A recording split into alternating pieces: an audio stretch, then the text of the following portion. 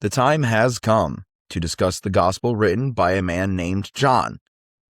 Oh, did you think I meant the Gospel of John? No, my sweet summer child. I am referring to the Gospel according to Mark. Mark's full name is actually John Mark, meaning there are at least 6 books in the Bible written by a John. But how do we know that this John wrote the Gospel with his name attributed to it? What if it is written directly by Peter, or just has Mark's name slapped on it later? Well, as we are about to discuss, if you were to make up for a name for a gospel author, Mark would be just about the last name that you would choose. First, let's start with the claim that has been made by Christianity. Mark's gospel is primarily the testimony of Peter, with some details filled in. If this is true, then the latest date Mark could have been written is 68 AD, since Peter was crucified upside down in Rome between 64 and 68 AD. But there is good reason to believe that Mark was written earlier, because Mark is in the city of Rome by at least 61 AD, when the book of Philemon is written. But what does Philemon have to do with Mark? Well, Paul writes Philemon from the city of Rome and says in verses 24, as do Mark, Aristarchus, Demas, Luke, my fellow laborers.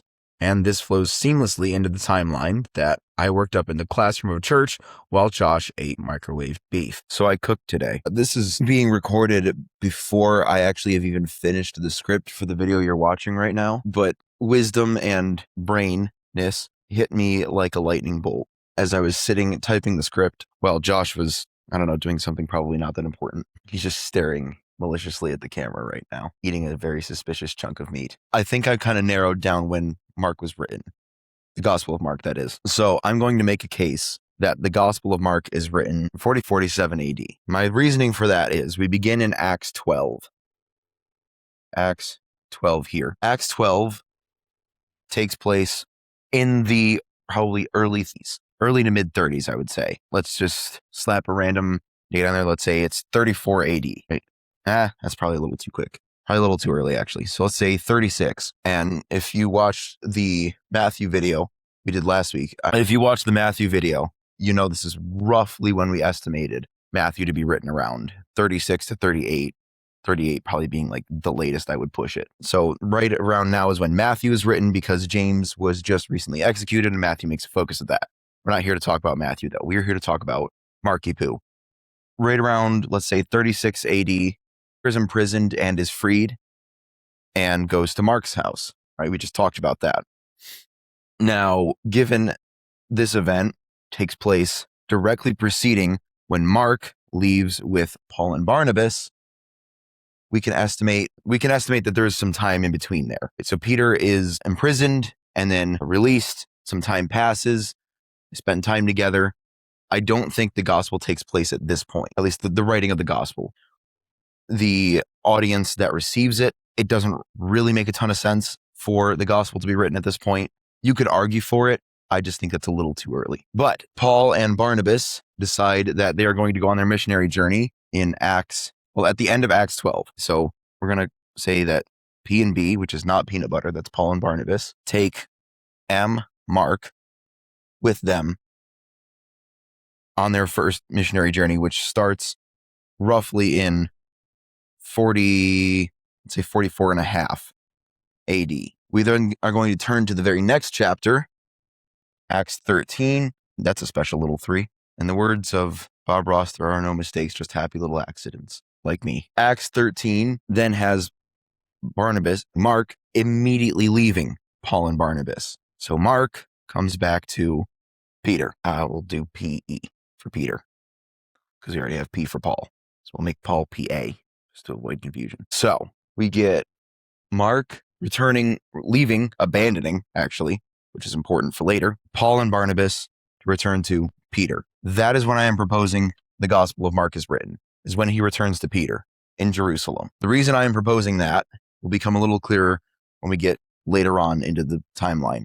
But for now, let's just say Acts 13 takes place between 45 to 47, at which point we get Acts 15, the Jerusalem Council, taking place right around 47. At which point, Paul and Barnabas split up, and Barnabas takes Mark. So we have this very, not quite very tight, but we have this 3-year window frame where Mark and Peter are in the same place. That is plenty of time for a gospel to be written. Barnabas and Mark leave Paul instead takes Silas and goes elsewhere, and it seems like the dream team is broken up. Don't worry, there's a happy ending. But we are instead choosing to focus on Mark rather than Paul's journey, because Paul does a couple missionary journeys, actually does 3. And on his second one, he is imprisoned in Rome. And while imprisoned in Rome, he writes the book of Colossians and Philemon. Now, we talked about why Philemon is important. Colossians is also important because in the degreeting of both Colossians and Philemon, Paul mentions, that Mark is with him. I just realized I wrote Pam. So Paul and Mark are together when Paul is imprisoned a second time, or is imprisoned in Rome for the first time, which takes place roughly, he's arrested in Caesarea and then, not in Caesarea, he's arrested, travels to Caesarea, and is in Caesarea on a ship to Rome by 59 AD. We get this now clear timeline. Paul and Mark are on their way to Rome by 59 AD. The epistles of Peter, the first epistle of Peter, which is the one that we're going to focus on. First Peter, we're going to focus specifically on chapter 5. First Peter 5's degreeting mentions Mark and a translator. Here's the catch. Mark is not the translator. Sylvanus is. Now, this might seem inconspicuous at first, but this little throwaway verse is really going to help us narrow down this time and pretty much entirely remove the possibility of the second meeting between, or not second meeting, but at least in the Bible, the third meeting between Peter and Mark, but when most people put Mark being written. So most people have Mark being written 61 AD when the first epistle of Peter is written by Sylvanus. It's at this point that Paul is executed somewhere between 62 and 67 AD, and then Peter is executed sometime between 63 and 68 AD. We'll say 64 is more accurate of a timeline. It's more likely that Paul is executed earlier, or at the very least, that Mark is not present for Paul's execution later, right? Because actually I should have added something to the timeline here. Instead of Paul's execution, which doesn't matter as much, we're going to put Paul's second arrest, which occurs around that time. The reason that's significant is we have Paul mentioning Mark in Colossians and Philemon, but he does not mention him in some later writings like Titus and 2 Timothy, which are believed to be the last couple of things that Paul wrote before he was killed. But Paul does mention other people that he's traveling with. So it's unlikely then that Mark is with Paul at this time. So he likely stays with Peter just before Peter dies. So why is it significant that Sylvanus writes the first epistle? Well, let's put it this way. If you were to hire me to translate something for you or to write something for you, and we are in the process of writing it, it would not make sense for you to go out and hire a second translator to then write for you. This is important because if Mark is writing in 61 AD for Peter, if he is interpreting for Peter, then it doesn't make sense for him to have Sylvanus write the first epistle. Why would he switch translators in the middle of his process of writing? He being Peter. Peter, by his own testimony, says that Sylvanus is the one scribing for him in 1 Peter. Are we then supposed to assume that the Gospel of Mark is written at the same time by a different person, also in Peter's services, but it's still Peter's testimony, right? That doesn't make sense. Why is Peter communicating to one translator, one thing, and then a different translator for another project that he's working on? And why not just use the same guy to translate both? Now, the skeptic can say that, well, perhaps it's because, the Aramaisms that Mark writes in the gospel indicate that Mark is not writing to a Gentile audience and that Mark doesn't really know how to communicate with Gentiles. But there's a problem there because in both Acts 13 and again in his work with the Colossians and Philemon, it's very clear that Mark has spent a lot of time with Gentile audiences. He clearly knows how to write and talk to Gentiles. That's not the issue here, right? That's not an issue for Mark. So why do we have, again, Sylvanus? Skeptic might also say, well, there's a small gap of time here, right, between 59, when Paul writes, or when Paul and Mark arrive in Rome, and 61, when the epistles are written, where the Gospel of Mark could have been written. Theoretically, yes. However, that's an argument from silence, because you're arguing from a gap of time that we don't know. We just don't know what happened there. Whereas we do know what happened here. Mark continues to learn under Peter, hence why he then goes with Barnabas, right? He is a more learned student and he commits deeper to the faith, right? We can look at the evidence surrounding that and clearly understand what happened in this timeline.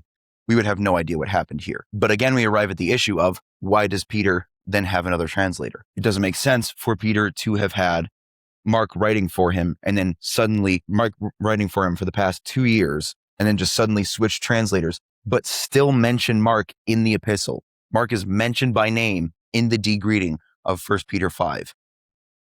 Literally, Sylvanus is described as the one writing, and then Mark is the very next verse, saying that Mark also greets you. It doesn't make sense then for Peter to have, all right, Mark, I'm going to have you for 2 years write my gospel, but you are not going to write my epistle.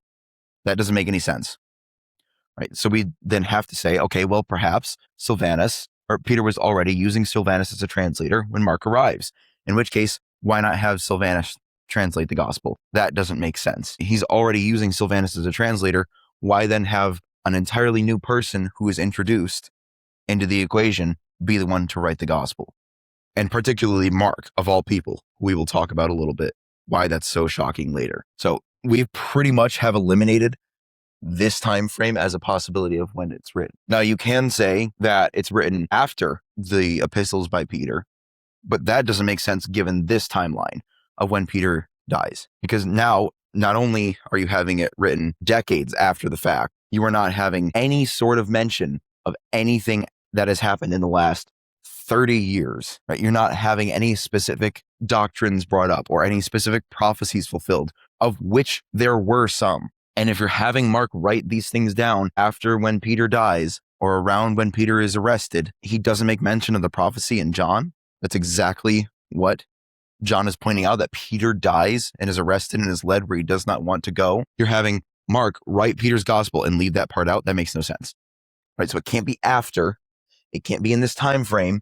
We have to narrow it down to a window of when Peter and Mark are together for a sufficient amount of time to write the gospel, 45 to 47 AD. 3 years, Mark writes the gospel for Peter, strengthens his faith, learns under Peter, Barnabas takes him. Case closed. So we have a very firm timeline of when Mark is written, but how confident can we be that Mark is actually the one writing? Well, the timeline hinges upon Mark actually being the author and Peter's interpreter. We know it is somebody from the Aramaic region speaking due to the various Aramaicisms we find throughout Mark's gospel. There are portions of the gospel that appear strangely written in Greek because they use words that don't really make a ton of sense to a wider audience. Take Mark 1:40-41, for example. Now a leper came to him, imploring him, kneeling down to him and saying to him, "If you are willing, you can make me clean." Then Jesus, moved with compassion, stretched out his hand and touched him and said to him, "I am willing, be cleansed." This seemed like an ordinary passage, but the phrase moved with compassion doesn't actually mean that. Rather, the Greek word splagniksteis means to have the bowels yearn. It's a lovely sentiment. It's a lovely sentiment which you obviously do not hear every day. Not unless you are from first century Judea, that is. This phrase was actually well known among the Jews at the time, as the phrase is also seen in Matthew. Curiously, however, Matthew omits this phrase in his account found in chapter 8. The phrase itself is likely because the phrase in itself was more of a regional choice rather than something universal to all Jews. This lends more credibility to Peter being the narrator of the event, given that he was from the backwater region of Galilee, which is basically Judean Kansas. But perhaps somebody managed to pick up the Aramaicism, however unlikely that might be, and is simply pretending to be Peter. Can we have any verification that an eyewitness was present? In the feeding of the 5,000, the author writes that the people who sat on green grass. Big whoop, I know, but that is actually a very important detail that tells us the author is at least recording events from an eyewitness. See, grass was not always green in first century Judea. It usually was brown and dead. But for a period in the spring, it was green and fresh. The author of the gospel correctly records the grass being green at the time of the feeding of the 5,000, which takes place during Passover as recorded in John. This is something that only somebody from the region who saw the event and knew the timing of these things would know. An outsider or fraud wouldn't have so casually added these hyper-specific, minute details. So we are for sure getting somebody from the region of Judea who was an eyewitness, most likely hailing from a more rural area like Galilee. But that doesn't narrow it down to Peter. So how do we know for sure it was him? Well, the gospel pays very close attention to Peter and gets specific things about Peter's time with Jesus right. For instance, take the account of Peter's denial. Every other gospel records that Jesus told Peter that he would deny him 3 times before the rooster crows. And while that is certainly what happened, Mark gets more specific with it. Only in the Gospel of Mark is it recorded that Jesus says the rooster will crow twice by the time Peter denies Jesus 3 times. While the other Gospels are not incorrect in what they say, Mark's Gospel contains the most specific statement regarding the denial of Peter. Even more evident is the repeated focus on Peter throughout the book. When introducing Andrew, Mark calls him Andrew, the brother of Simon. He does the same thing to John, calling him the brother of James, which, as we discussed for Matthew, is an indication of earlier writing. My brother in Christ, why are the tissues like this? You're welcome for all of this wonderful editing that you got to do, Josh. However, Mark continually refers to Peter specifically. Mark 16:7 singles out Peter. Quote, but go tell his... Mark 16:7 singles out Peter. Quote, but go tell his disciples and Peter that he is going before you into Galilee. There you will see him as he said to you. A brief aside on Mark 16, be quick to point out that the early manuscripts do not have Mark 16:9-20. Skeptics may point this out to try and undermine authorship. But let's concede the point for the sake of argument and say that Mark 16:9-20 is a later addition with no connection to the rest of the text. Does that mean Mark didn't write the rest of the gospel? No, of course not. But we don't have to just concede that point because, as many scholars have pointed out, Mark 16:9-20 has strong connections to oral traditions in the early church. This lends further credence to the Gospel of Mark being written early, and then the addendum being added on later once the gospel message had continued to circulate orally. Also, this is in part an argument from absence of evidence, which is fallacious. Absence of evidence is not evidence of absence. It is entirely possible that the earliest copies of Mark did contain 16:9-20, but those have been lost to time, and the oldest surviving ones simply left off the ending by mistake. Either way, this poses no issue for authorship or the believer, as this text most clearly communicates the same divinely inspired truth and harmonizes perfectly with the other gospel accounts. All that aside, let's return to Peter. This continual focus on Peter indicates that he is the one recalling these events. Regarding Andrew, he may have said to Mark, the Lord came and called me and my brother Andrew. And Mark writes down that Jesus called Peter and his brother Andrew, just as Peter said to him. All of this makes it obvious that it is in fact Peter speaking. But why isn't it Peter writing? Simple. Peter doesn't speak Greek. That's why he employs the services of Sylvanus to write his first epistle. But we know from his journeying out into the world with Paul that Mark most definitely spoke Greek and that he spent extensive time with Peter. They were so close that in 1 Peter 5, the eponymous apostle calls Mark his son. But how do we know it wasn't Sylvanus who wrote the gospel? We know because Sylvanus, aka Silas, is first mentioned as being a traveling companion with Paul after the gospel had already been written. Peter makes no mention of Sylvanus as being the author of the gospel, and Sylvanus was not an Aramaic Jew from the same region as Mark and Peter, meaning he would not have had the Aramaicisms. The timeline simply just doesn't match up there. So how do we know that Mark's name just wasn't slapped on later since he may have been an interpreter of Peter? For the simple reason that it doesn't make sense to pick Mark of all people. Why would you pick somebody who abandoned the mission, turned his back on the faith, and was only redeemed several years later? Why not pick Peter, right? And just leave the fact that Mark was the interpreter out of it and say it's the gospel of Peter. Why not pick a more significant apostle? If you're going to make up a gospel author, Mark does not make sense to be the one to pick. He is flawed. We don't actually see his redemption in the book of Acts. We only see his abandoning of Paul and Barnabas. All we have on Mark from the scriptures is that he wouldn't make a good gospel author, and yet the book is attributed to him all the same. We must therefore conclude that the gospel according to Mark was written by the eponymous author as a testimony of the apostle Peter. So with that in mind, let us go into the world and preach the gospel to all creation.